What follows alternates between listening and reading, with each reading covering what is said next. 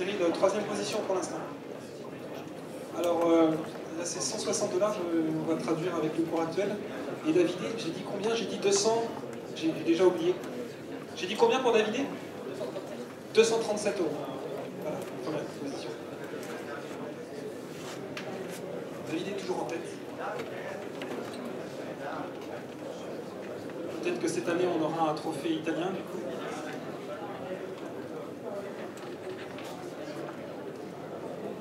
Alors, 70 pour Cyril. And for Maxime, we have 140 €. Primo Davide, segundo Maxime, tercero Cyril. Mi dispiace, non parlo bene italiano.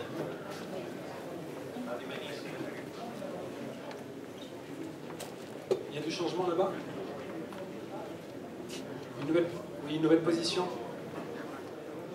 À la fin. On est comment là au niveau des résultats, Franks? Donc là on a premier Davidé avec 237,5 €. En deuxième position on a Maxime avec 140, c'est ça? 140 €. Et puis en troisième position Cyril avec un PNL latent de... Donc il y avait 70 avec sa première position, il a fermé la deuxième? Pas encore. Donc il est à 6 bandes là en ce moment. Donc il y a une position de 6 bandes en achat qui est ouverte. Donc le PNL doit courir. Donc je ne sais pas si pour l'instant ça se passe bien, c'est dans le positif ou dans le négatif. Vous pouvez avoir cette information.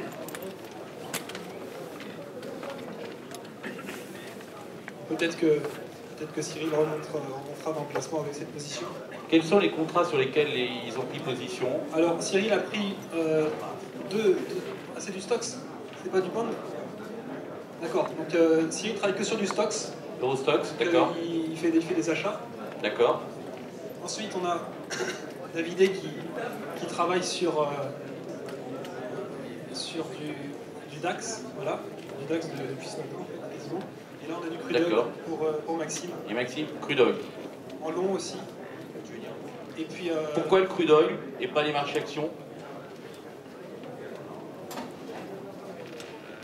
Pourquoi? Parce que là pour l'instant on a vu un gros trou sur les indices actions, plus de 3% depuis ce matin.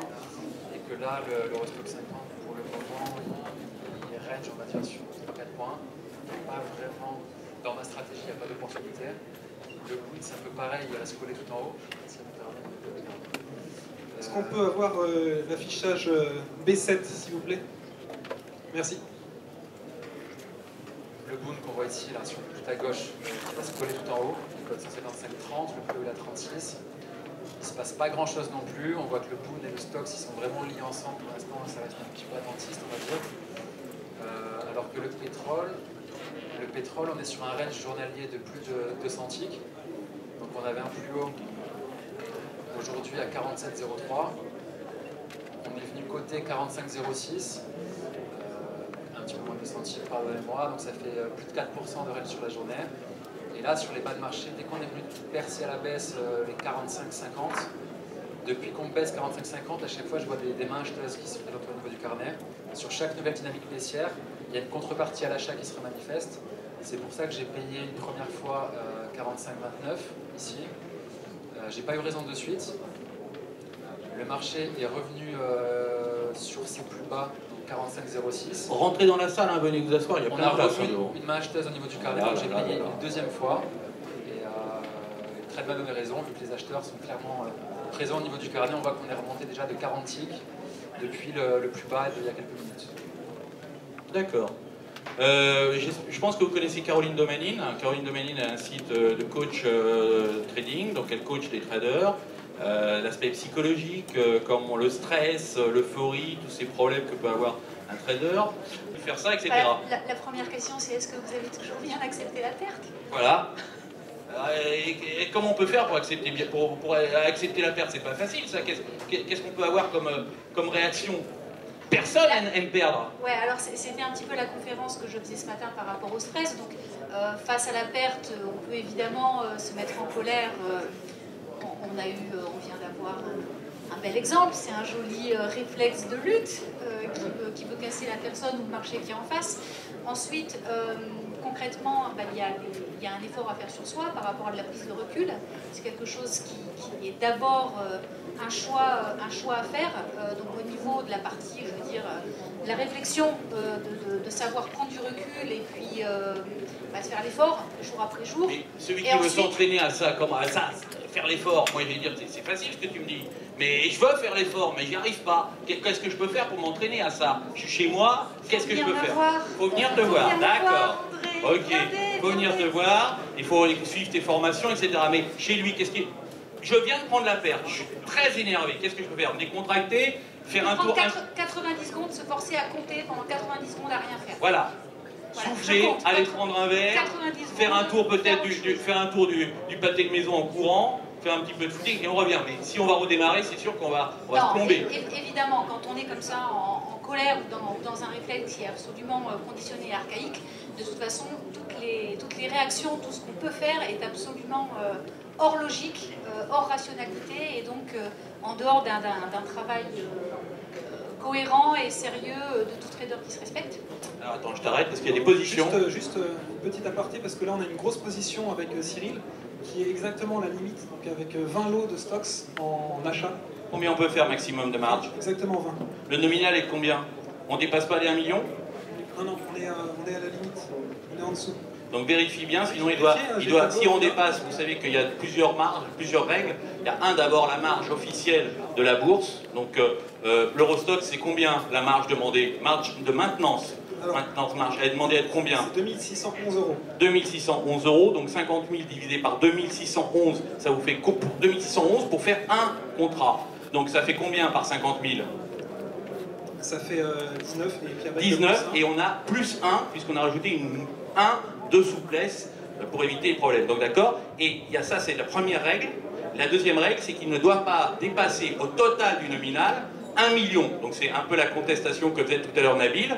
C'est que lui, il fait, comment ça s'appelle, son euro-dollar, et ben, lui permet de faire un peu plus, je ne sais plus combien, c'était une vingtaine. Et comme le nominal est de 125 000, il dépasse largement le 1 million. Donc il ne peut pas faire la totalité de ses contrats. Donc il s'est mis forfait parce qu'il considérait que c'est pas possible. Et pourtant, c'est le règlement, donc c'est le double règlement nominal de 1 million. C'est-à-dire qu'avec 50 000 euros, vous êtes à 1 million d'engagement à ce moment-là en position de nominal. Donc c'est le maximum qu'on peut faire. Parce que sinon, eh ben, par exemple, vous dites au maximum, il peut faire 2 DAX, puisque la margin, la maintenance margin du DAX est aux alentours de 20 000, 19 000 et quelques. Ça veut faire que pour 50 000, tout le monde a compris 20 000, ça fait 2, mais il vous reste un peu d'argent, plus 1, donc vous faites 3. Or le nominal est aux alentours des 3 DAX, 3 DAX, ça va faire 780 000, à peu près de nominal total. Et donc s'il se mettait à faire du CAC, s'il se mettait à faire de l'Eurostoxx, il dépasse largement le 1 million, donc on ne peut pas faire. Il y a une marge aussi, un maximum de 1 million de nominal à ce niveau-là. Donc voilà un petit peu. Qu'est-ce qu'il y a d'autre comme position? Il y a eu d'autres positions? Il est toujours sur sa position là. Donc je ne sais pas s'il est actuellement dans le positif ou le négatif. Cyril? Pour l'instant, il est à moins 200. Là-bas, on est à combien chez Davidé? Plus 235, c'est ça? Prends le micro. Plus 237 pour Davidé. Toujours, ça bouge pas. Plus de position pour l'instant. Et Cyril et Maxime, 140. 140. Donc pour l'instant, c'est Davidé qui tient... Davidé, ensuite Maxime, et puis en dernière position Cyril pour l'instant avec moins 200 euros là. Entendu. N'hésitez pas à venir vous asseoir, il y a des places, hein, vous serez plus près, vous serez moins fatigué. Si vous voulez rester là-bas, vous restez là-bas. Ok. Alors, Caroline, bon... Ouais, on continue sur le stress. Oui, sur le stress. Est-ce qu'il y a des pays qui sont plus cool que d'autres?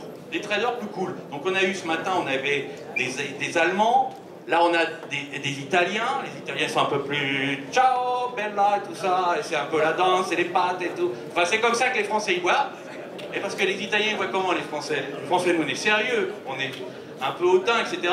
Les Américains c'est peut-être un peu très anglo-saxon, très carré, etc. Pas forcément très futé, mais Vous très n'avez bonne absolument réalisation. pas les stéréotypes. Ouais, je fais pas de caricature, du tout, etc. Les Grecs, je sais pas, il n'a pas pu venir parce qu'il avait des problèmes financiers au niveau du DAX, ça s'est mal passé un peu sur le DAX, donc Alors, est-ce qu'il y a comme ça, non, ça arrive ou pas du tout? Est-ce qu'on peut clarifier au niveau des nationalités? Utiliser mon joker. Joker. Je travaille avec les Français. Alors, qu'est-ce qui vous parle? Alors, ok. Alors, qu'est-ce qui Non, vous... mais en termes de stress, j'ai pas fini parce que j'ai la piste qui est la plus fiable pour gérer son stress, évidemment, c'est d'être proactif et de se préparer à l'avance. Parce qu'une fois que vous êtes dans un réflexe de stress, une fois que le gars il est en panique devant une perte d'attente, c'est fini, quoi. Il est foutu. Par contre, de travailler en amont, donc de construire un trade ou un système de trading quand on est, comme Maxime, sur du très court terme, d'avoir une approche qui soit extrêmement standardisée, de savoir combien on veut gagner, combien on est prêt à perdre. Donc un plan de trading, qui est clair et qui correspond aussi, et c'est là un petit peu tout l'enjeu de mon travail, qui correspond à l'individu, parce qu'une personne ne peut pas appliquer n'importe quel système de trading. Il ne suffit pas d'avoir uniquement des règles hyper strictes et très claires et évidemment efficientes. Pour faire un bon trader, il faut que ces règles puissent correspondre aussi à la personnalité. N'importe qui ne peut pas faire du trading au carnet d'ordre, n'importe qui ne peut pas tenir une position pendant 3 mois. Et dans l'absolu, il n'y a pas une stratégie qui est meilleure qu'une autre. Il y a en fait des mariages, c'est un petit peu comme des couples.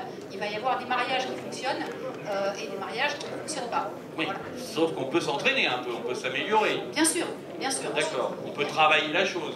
Il y a un travail qui est comportemental, qui est sur la compétence, mais pourquoi se priver d'un système de trading qui nous correspond et d'essayer de se forcer à devenir quelqu'un qu'on n'est pas. Face à son caractère, il faut plutôt adapter un bon système que d'essayer de changer son caractère et on n'y arrivera pas. Il y a peut-être des gens qui sont plus favorables à l'investisseur qu'au trading et puis d'autres qui sont très confortables dans une position de scalping, etc. Ce que vous avez vu depuis ce matin, est-ce que vous avez vu des caractères un peu plus forts? Ils sont relativement sereins là, tous ceux qu'on voit l'italien là-bas, David et Biocchi, il est cool. C'est des routards aussi. C'est des routards, donc ça roule. Après, la texture même de l'événement biaise un petit peu les choses, déjà parce qu'on est forcément sur du court terme, du très court terme, puisque les positions doivent... L'objet du... Alors souvent on me reproche, ah mais c'est pas le trading officiel, il n'est pas comme ça, c'est pas aussi court, il n'y a pas 1 heure, etc. Non, c'est vrai, je n'étais pas au courant. Merci de me l'avoir dit, je ne le savais pas. Bien sûr, je sais bien, mais il y a aussi un peu de pression. Même l'année dernière, c'était 1h30 les duels. Maintenant, c'est plus que 60 minutes. Ça rajoute de la pression. Pourquoi? Parce que je vous rappelle que j'ai un mix, j'ai plusieurs casquettes. Je conseille des institutionnels, je fais du trading, je fais de l'analyse technique, je donne des cours à Dauphine et j'organise un événement. Et pour que l'événement fonctionne, il faut qu'il y ait des visiteurs. Et pour que les visiteurs viennent, il faut que ça y ait un peu de spectacle. Donc à la fois, il faut trouver quelque chose, le juste milieu entre un élément bien construit où il se passe réellement quelque chose, donc on fait des règlements, on fait des marges, c'est vraiment du trading avec 50 000 €. Les gars, c'est pas du chiquet, c'est pas un truc sur internet, c'est pas du webinaire. Vous pouvez vérifier, vous pouvez leur poser des questions, vous le voyez devant vous, ils prennent et ils sortent la position. J'aime bien ceux qui vous disent le matin sur BFM, ah bah j'ai pris ma position à tel niveau hier, ce matin, puis là maintenant j'arrive, c'était en haut, je rachète maintenant évidemment. Non ça, sérieusement, intellectuellement, c'est une malhonnêteté intellectuelle, personne ne devrait dire ça. Dire, maintenant je vais me positionner là, je vais faire ça, je vais faire ci, mais on n'annonce pas à l'avance, on est honnête, etc. Et on dit ce qu'on fait maintenant. Donc là, vous les avez en direct, ils prennent la position, ils sortent la position. Pareil sur internet, vous ne savez pas si c'est un vrai compte ou un faux compte. Là, vous avez vu, la pression qu'il y a fait que certains pètent un peu comment ça s'appelle, les plombs, et donc c'est parce que c'est vraiment du réel, c'est solide. Et on peut leur rendre grâce, on peut leur en vouloir de s'énerver un peu, peut-être, mais on peut surtout les remercier d'être là, d'être présents, de montrer un peu ce dont ils sont capables de faire, et tous, ils peuvent gagner ou perdre beaucoup d'argent devant vous. Évidemment, comme c'est des pros, ils ont essayé de ne pas en perdre le plus possible. Et justement, d'ailleurs, c'est la première année qu'on a eu, tous les participants ont été positifs. Tous les participants, même ceux qui ont perdu, ont été positifs. Alors que les autres années, on avait